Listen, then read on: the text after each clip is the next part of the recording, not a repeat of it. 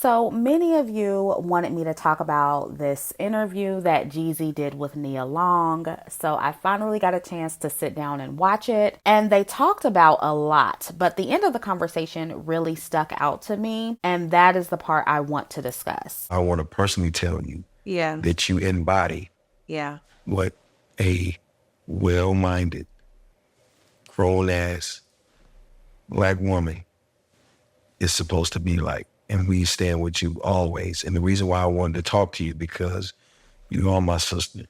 And this is a safe space for me to say what I need to say. Because at times when we're at our lowest, we need our sisters. Just like you guys need your brothers. And that's why this conversation was so real, because I hope and I pray that this conversation can open up different conversations in our culture about being there for each other and not being at odds with each other, no matter what we've been through.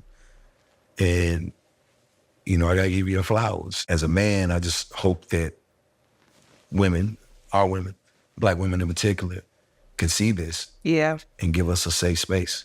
Really, women all the way across the board, because we as men, like, we're hurting, and there's no safe place for us to land. There's no safe place for us to have these conversations. We can't have it with our homies. We can't have it with our brothers and our partners, because they don't have that empathy there, right? They don't have that mothering, that nurturing thing. So basically, Jeezy chose the Asian woman when he was at his highest. And now that the marriage didn't work out, he needs a Black woman to fall back on at his lowest. He needs Black women to be his quote unquote safe space and nurture and mother or mammy him back to health. And Black men do this a lot, whether it's a failed relationship or a Black man gets unalived by the cops or he's racially profiled. If something goes wrong with him and he's at his lowest point, they always come back to the Black woman, and suddenly Black women are just the greatest thing in the world. Suddenly they're so pro-Black and community minded. Meanwhile, whenever a Black woman goes through something, there's never really a mainstream conversation that is centered around Black men being a safe space for Black women. They just kind of leave it up to us to deal with. Not to mention, they're talking about getting their passports. They are absolutely not interested in dealing with Black women who are at their lowest. This conversation that Nia Long and Jeezy had, it usually only takes place when something bad happens to a Black man or when he's going through something. And Black women, you really need to recognize that. And everything Jeezy said in this interview proves that what I've been saying for years now about how Black men associate Black women with the struggle is correct. He made several Black women baby mamas during his come up, so Black women were the come up women. I've done videos on that. This interview or conversation was pretty much orchestrated to not only sell Jeezy's new album, but also to get the Black community and especially Black women to sympathize with him during his divorce to Jeannie Mai. And because she's Asian, he had to do the whole blackity black thing. To see my exclusive content, visit Chrissy VIP at ChrissyOnline.com and be sure to join the mailing list for updates on future videos. The links are in the description box. Please like, share, and subscribe, and thanks for watching.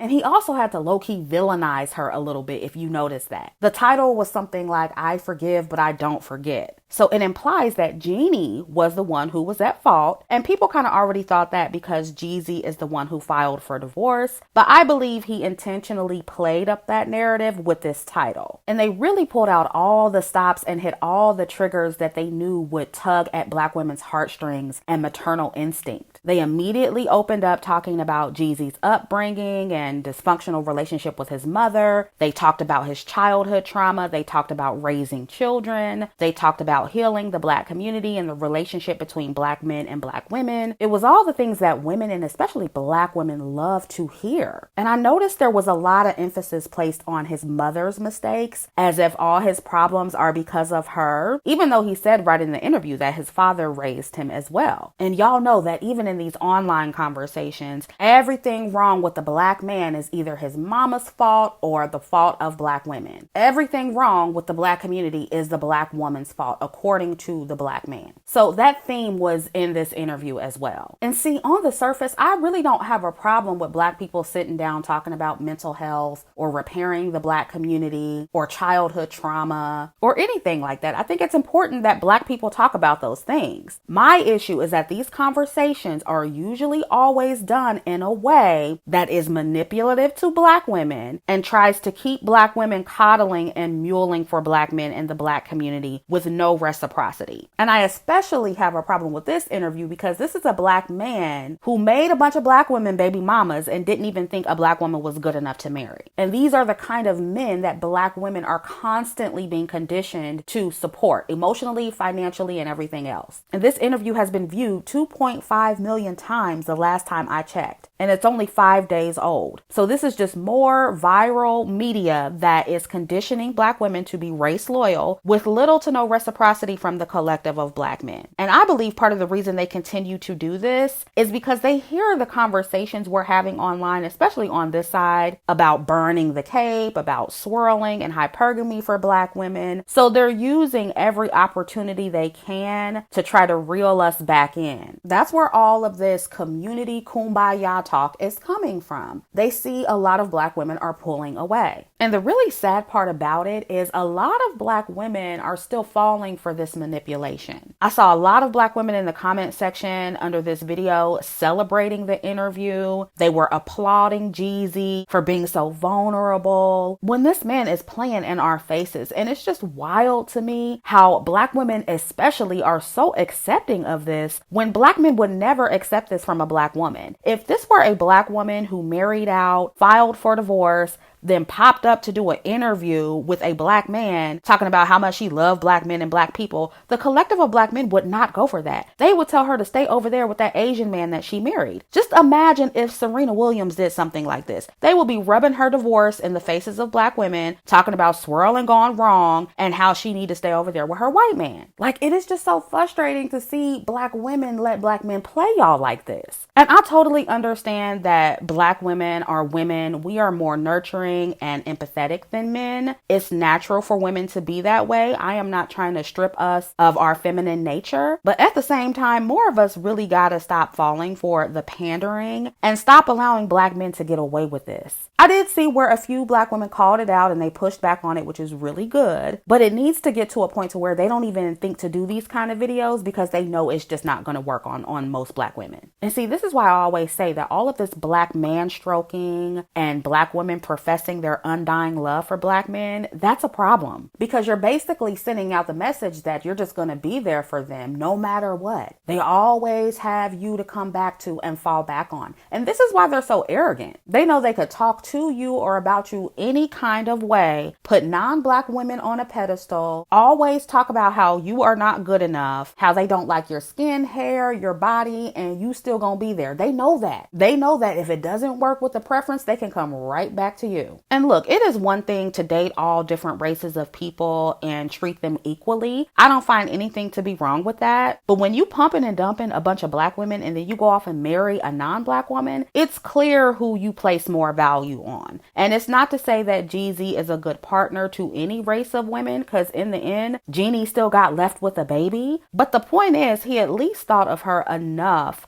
to legitimize the relationship, unlike he did with all those black women he was with. So like most black men, he puts a premium on non-black women. And now he's trying to pretend that that isn't the case. And sadly, a critical mass of black women, y'all don't even realize how many black men actually feel like this. This is way bigger than Jeezy. I'm just using him as an example. And even Nia Long agreeing to interview him and allowing him to pander and her crying and getting emotional about it, she is an example of just how gullible black women are. And I think age has a lot to do with it as well, because a lot of young black women aren't falling for this anymore. But I'm just tired of seeing this kind of propaganda going viral. That is my issue, because so many young black women are susceptible to the manipulation and the conditioning. Black women are not your cleanup woman. We are not your fallback woman when it does not work out with Ling Ling, Becky, and Maria. And black women, you need to stop agreeing to play that role. You need to stop publicly supporting men like Jeezy who are trying to make black women the come up ride or die chick and or fallback women. Even if not romantically, he does not deserve our emotional support or financial support, especially considering how black men weaponized his relationship with Jeannie against black women. And to the black women fighting Jeannie for Jeezy, y'all look ridiculous because black men would never do that for you. And something I noticed about the black women who are attacking Jeannie, especially the red pill manosphere girlies, I noticed how they use the quote unquote holding modern woman accountable thing as a smokescreen. And they like to do this so that their predominantly black male audience doesn't call them jealous or insecure of non-black women. And I noticed how they're using the whole modern woman talking point to prove to black men that non-black women can be just as non-traditional and have an issue with submission just like many black women do.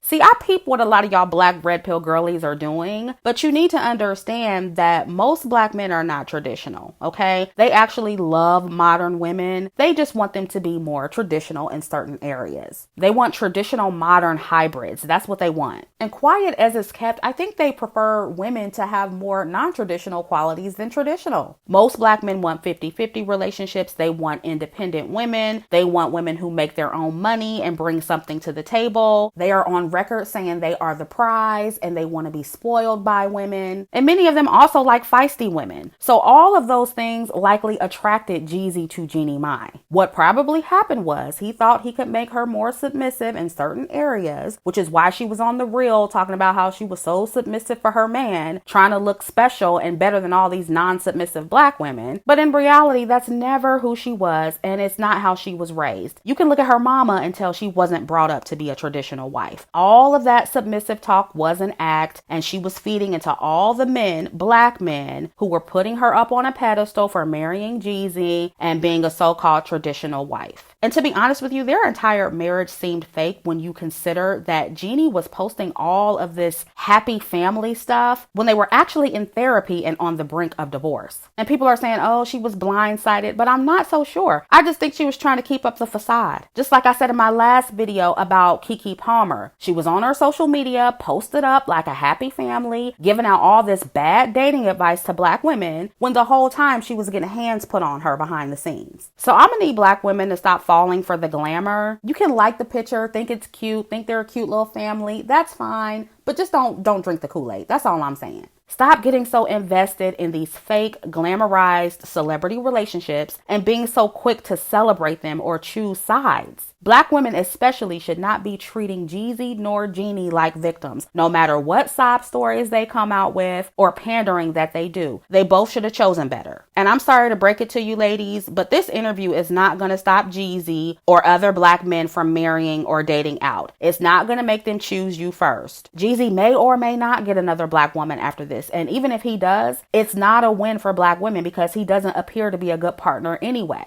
And he said in the interview that he and Jeannie went to therapy and that the marriage couldn't be saved. But I get the feeling that he didn't want to save it. I get the impression that he got bored, he lost interest, and didn't want to be married anymore. And again, with his history with women, Jeannie was a fool to think that she was special. But like I said before, the way black men gas non-black women's heads up, they always think that they're safe and they're going to get treated better than a black woman. But they usually don't, and Jeannie found that out. And at the end of the day, Jeezy can date and marry whoever he wants. He can marry another Asian woman. That's his prerogative. But he needs to leave black women out of it and stop pandering to black women and trying to manipulate us. And black women, you need to stay out of it and see things for what they are. This is not your fight. So that is all I have to say about this. Let me know what you think down in the comments, and I'll catch up with you in the next video.